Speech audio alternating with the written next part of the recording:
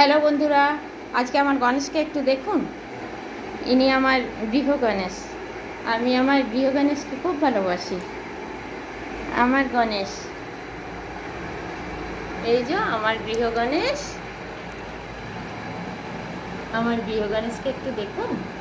Ganapati Bappa Moria, মঙ্গল মূর্তি Moria. এই যে গণেশজির আজকে পুজো করছি।